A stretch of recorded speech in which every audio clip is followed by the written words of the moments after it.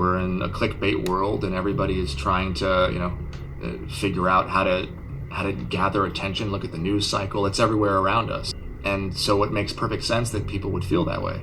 Also, if anybody has had that real life experience, I can imagine how hard it would be to imagine their experience being in a romance novel. It's like there'd be some sort of cognitive dissonance there. The reality is that, after I read the book, one of the thoughts that came to mind was, this could be a movie that helps people no longer ask the question, why did she say?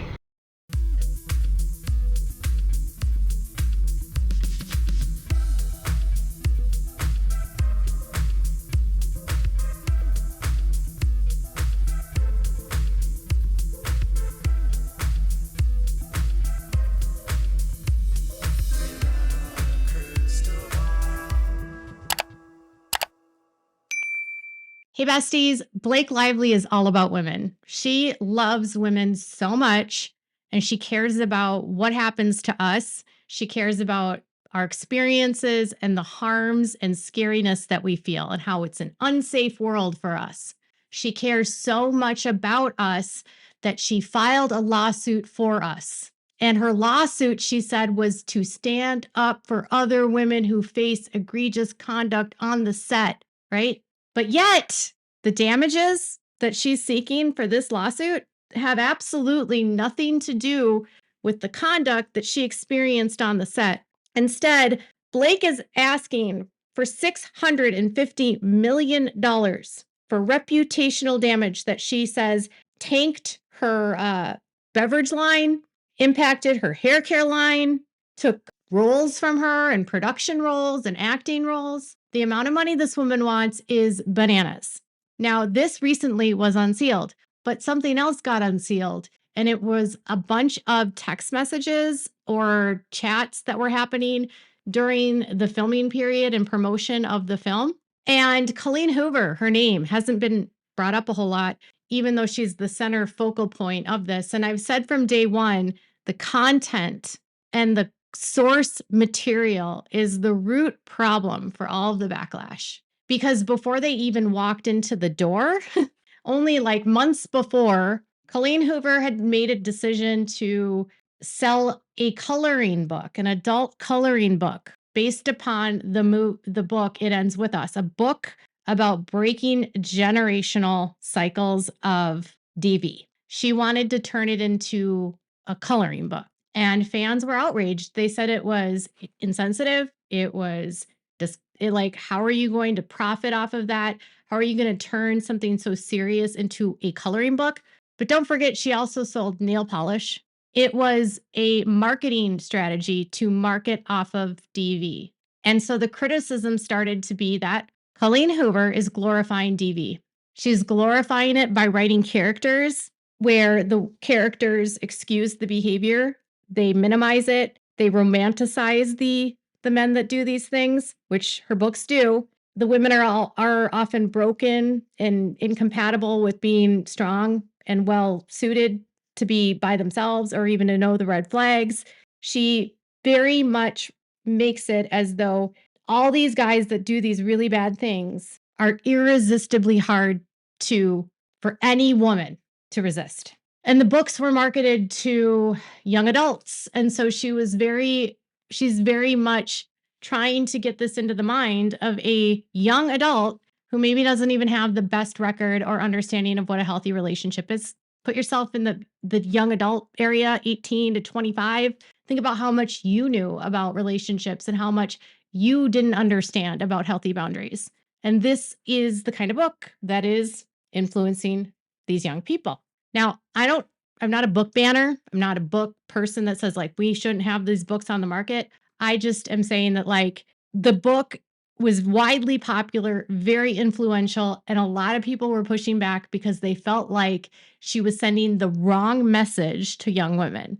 I'm not the tone police. I'm not the person that says cancel anyone, but that's why there was so much backlash. And something that was recently unsealed, which I want to show you first before we go into what Blake's damages are, because I think it'll help set the stage. Around the time that the film came out, Justin was doing PR and doing interviews. It is very clear in the content of what's been delivered that almost all of his answers in all of these interviews were scripted for him by Jen Abel of what he should say and how he should answer questions. That's her job as a PR agent. So he was on an Associated Press interview, and she asked him, the woman at Associated Press asked him, like, what would you say to someone that says this film or this book glorifies domestic violence? And then headlines started getting circulated about what Justin was saying, what his response was to her claims, to what it would mean for, like, how do you respond to this? And parts of it were clipped out. Glamour ran a headline that says, Justin Baldoni responds to claims that It Ends With Us glorifies domestic violence. Okay. And then these articles reference the backlash that Colleen had gotten because she was being accused of glorifying domestic violence. Okay. E! News also ran a headline that said, Justin Baldoni addresses accusations It Ends With Us romanticizes domestic violence. Apparently, the way that Justin answered these questions made Colleen Hoover mad based upon the text messages that have been released. But I want to show you what he said. Also, if anybody has had that real life experience, can imagine how hard it would be to imagine their experience being in a romance novel. It's like there'd be some sort of cognitive dissonance there. And so I understand any survivor or person who has that thought by looking at as you say, like the one-liner. And then to them, I would just offer that we were very intentional in the making of this movie. It Ends With Us was getting a lot of backlash, the book. So when it was going to film, that backlash from the book carried to the movie. And there was a wide, massive amount of outrage. The log line was, sometimes it is the one who loves you who hurts you the most. It is placing love and abuse in the same sentence, and people felt like it was glorifying domestic violence. The marketing of the book and even its movie were marketed as standard romance novels with a love triangle, rather than a story specifically about domestic violence and the difficulty of leaving an abuser. This is what led to readers and viewers going into the story expecting a typical happily ever after of a romance novel, only to then be shocked with the graphic abuse that's in the book.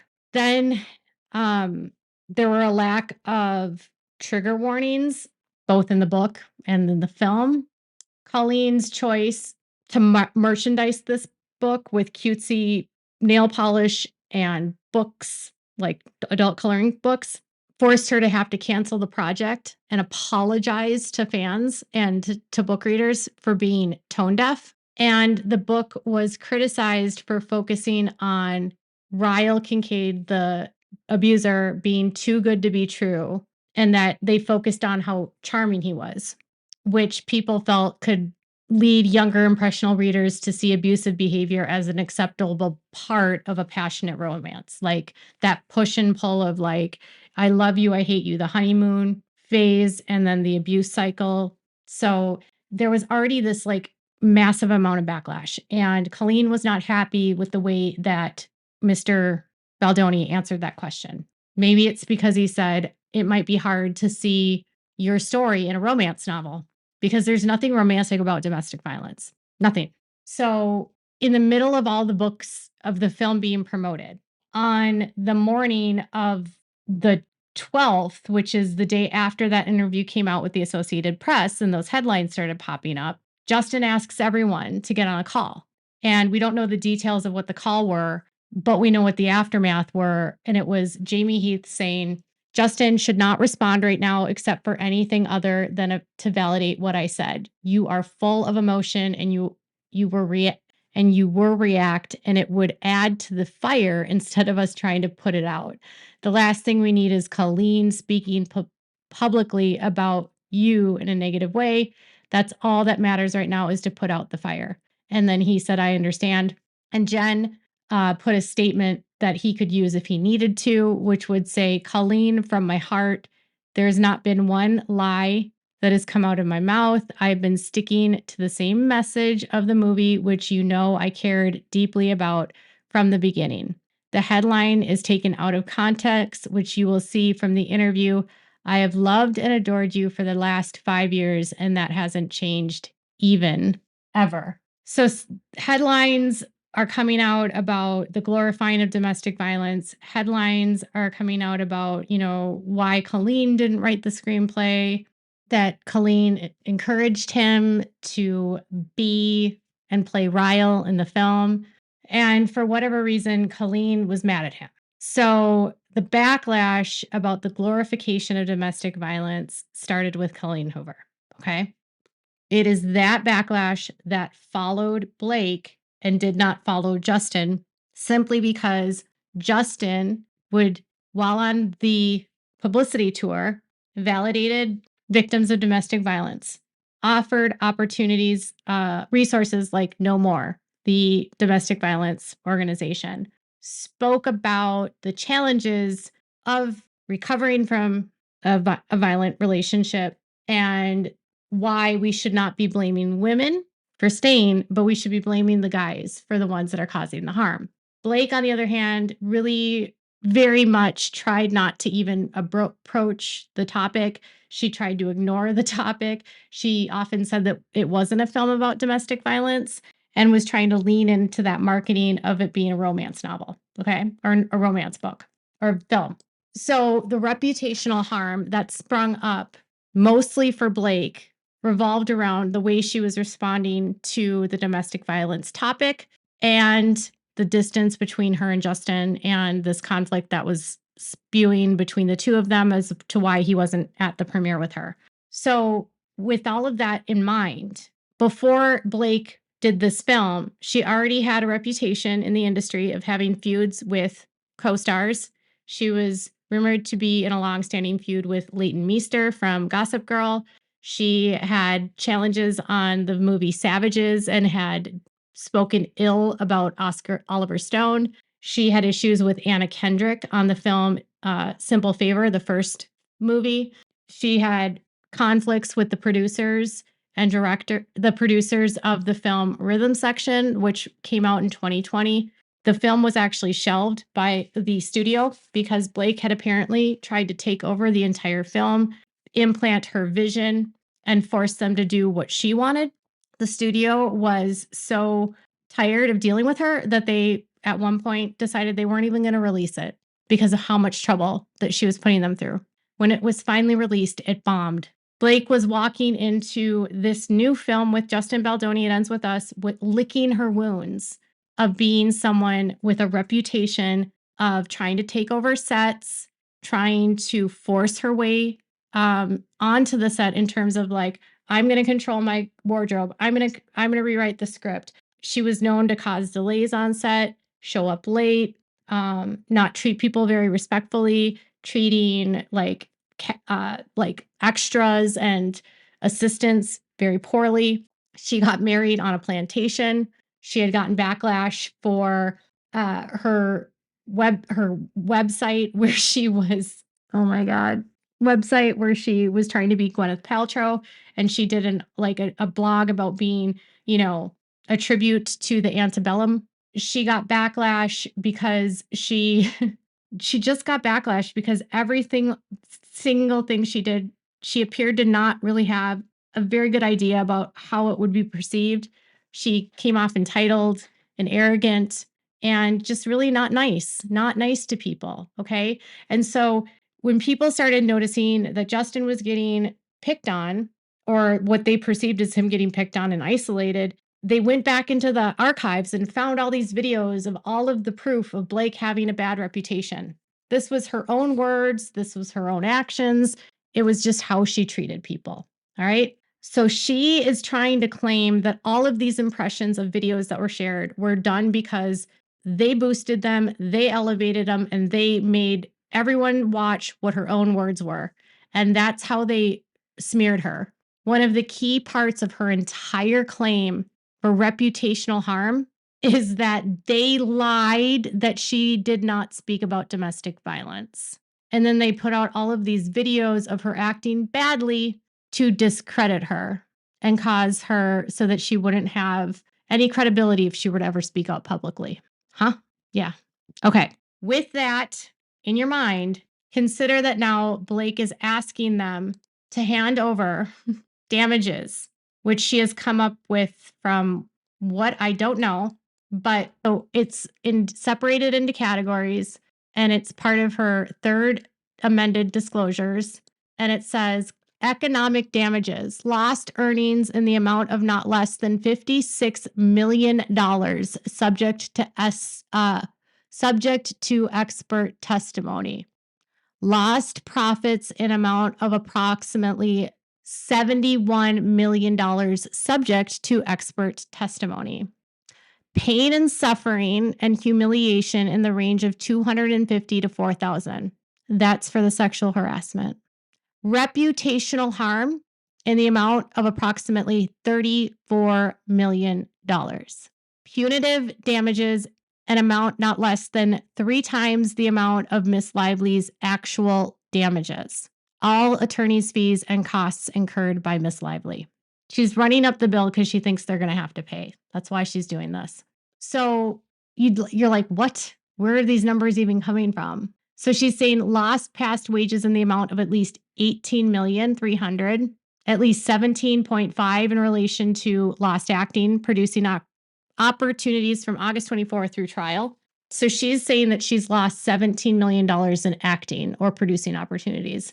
So she would have to provide contracts that she didn't sign or that were taken away from her. She'll have to provide evidence of roles that she wasn't offered, at least $500,000 in relation to lost speaking engagements, at least $300 to $450 in relation to lost appearances. Blake Lively is someone that makes sporadic films. She made $3 million on It Ends With Us. She made $1 million on A Simple Favor. And she wants us to believe that in a year and a half from the time of August 24 to a year and a half, she would have been out $17.5 million in acting. No. By the way, she starred in another Simple Favor. She has just signed on to a movie that she is supposedly going to star in and produce. Lost future wages in the range of $38 million. Lost future acting opportunities, $30 to $35 million. At least $2 to $4 million in relation to lost future speaking engagements. At least $900 to $1.3 in relation to lost appearances, subject to expert testimony. At least $5 million in relation to lost endorsement opportunities, subject to expert testimony. And then $49 million in relation to Blake Brown Beauty based upon Deloitte forecasts, which is a fake, like imaginary projection that you might make based upon the possibility of like the best possible outcome. For 2025, lost cash flows are measured as the difference between the Deloitte projection and the expected actual cash flows for Blake Brown. The calculated terminal value is also discounted to its present value as of June 30th, 25, using the same discount rate. The sum of the discount cash flows and the terminal value is multiplied by Blake Lively's ownership percentage in Blake Brown to determine the estimated minimum total damages. What does Blake Brown Beauty have to do with It Ends With Us movie? Nothing.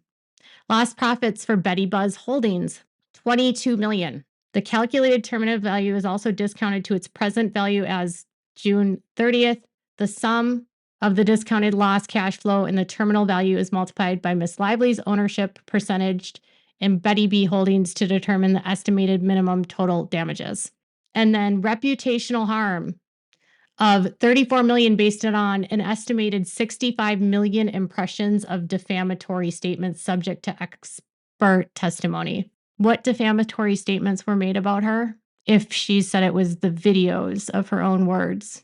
I have a theory that all these sanctions motions and all of these motions that she's doing for attorney's fees are because I don't think she believes she's going to win her case. And so she's just going to try to bleed them in fees through this process, but I don't think it's going to work. But a few things that are a huge red flag here in terms of like what her damages are. She has to be able to show that she actually lost jobs. So she would actually have to have a contract that she has to prove that she lost, not that she canceled.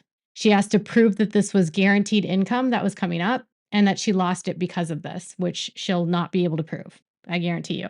She's double counting for reputational harm, and you can't do double recovery for defamation. It's the same injury. So she's saying lost earnings and lost profits. One of the biggest problems here is that Blake Brown and Betty Buzz Holdings are not parties to this lawsuit. She cannot claim losses for businesses unless she pierces the veil of the corporation. And again, Betty Buzz and Blake Brown Beauty are not parties to this lawsuit. They are separate to her as a person. She can't personally recover their damages without them being parties to this lawsuit. Punitive damages are not valid, and they're not generally times 3. Those are determined and must be actually determined based on the proportion proven of harm to her, and they're set and fixed by state. She also has to mitigate the losses. So they're alleging losses from August 24 as permanent, ignoring her own duty to mitigate. What does mitigate means? It means that she needs to be able to reduce the damage to her reputation by trying to repair her own reputation, by doing appearances, by helping her company, by promoting her company. She needs to mitigate her own losses. If she doesn't show that she's taking steps to mitigate what's happened, she'll have no business asking for future losses. And she's not disabled. She's not incapable of working. She is a fully functioning 38 or 39-year-old woman who has the capacity to continue to work for another 30 plus years. There's nothing stating that she should get $650 million because she can never work again. Since this has all taken off, she has starred in the film Another Simple Favor. She has signed on to another film. She has been actively promoting her hair care line and her beverage lines. She has released new flavors of her beverage line. She has been awarded the Time Titan Time of the Year. She was named like one of the most influential people, Time 100, trying to claim that 65 million impressions of defamatory statements is a metric that you use to determine how much you should get for defamation. That's not how defamation awards are calculated. And one of the biggest, again, is combining corporate and personal and then adding in punitive times 3 and not being able to prove that any of this has all of these losses have to do specifically with Wayfair. It's just extremely speculative. It's not rooted in it's not rooted at all in reality. And this is what I know from my own experience is that I'm getting sued and he wants I don't know, 20 million from me. And it's based off stuff like this where there's nothing to prove. There's no financials. There's nothing here. And all of this is subject to experts, meaning she's going to be paying millions of dollars just for experts. Remind you guys, this is supposed to be a case about sexual harassment. She's supposed to be standing up for women, but she's saying that this injury was so severe that she can never work again because of reputational harm. Reputational harm. And in the past several weeks, she has filed motions claiming that she can't prove the smear campaign because they deleted signal chats. She can't prove that he sexually harassed her with the film with the birth video, because apparently she didn't get the video she wanted or she doesn't recall seeing it. She wants the judge to bar them from saying that there was no smear campaign. Do you know why she's doing all of this?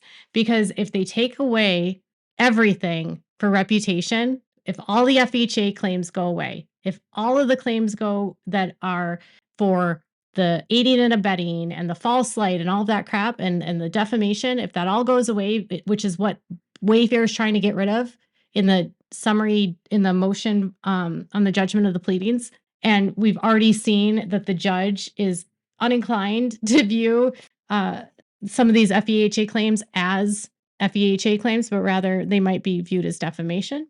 With that being said, if she doesn't have any of those reputational in there, that's why she's fighting so hard for it. The max she could get is a couple $100,000 for sexual harassment. Imagine fighting this hard on sexual harassment, but all you care about is the money and you want to be recovered for the reputational harm. It was never about sexual harassment. It's why she doesn't care about sexual harassment. She doesn't care about proving those claims because she's not going to make any money on them. She only cares to prove reputational harm because it's a payday. This is like, in my opinion, legal extortion. And I know that's like not a thing, but the ongoing extortion of Blake Lively continues.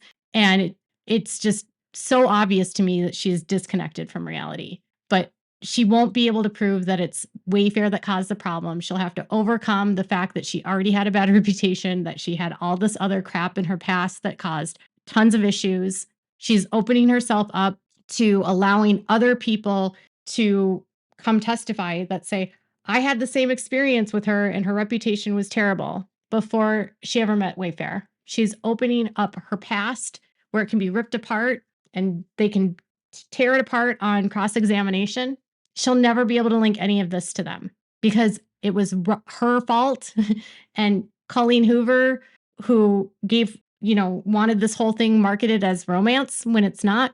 And blame Colleen more than you blame Wayfair. Blame Colleen. I would blame Colleen before I would blame Wayfair, but you can't blame Colleen because she's not a billionaire.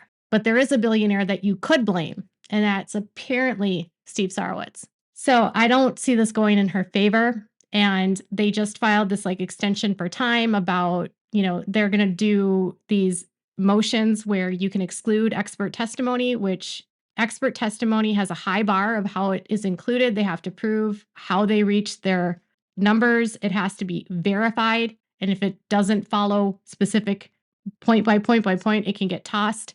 I don't even think this will get to trial. So I think it's just all a whole lot of like in the future, but they have to pretend like they're going to trial. And Blake is going to fight like tooth and nail to keep that in place because she knows that if she gets those counts dropped, she's out. It means she will have fought for all of this time and spent millions of dollars in fees and millions of dollars in attorney's fees so that she could get $200,000 of an award for sexual harassment. Make it make sense. Every single motion is a way for her to make money. All this is to me is a cash grab. This is not about women, but tell me what your thoughts are in the comments below. Make sure to give this video a thumbs up. Make sure to subscribe to my channel if you haven't subscribed and click the bell so you never miss a video. Thanks so much for watching. Bye, besties.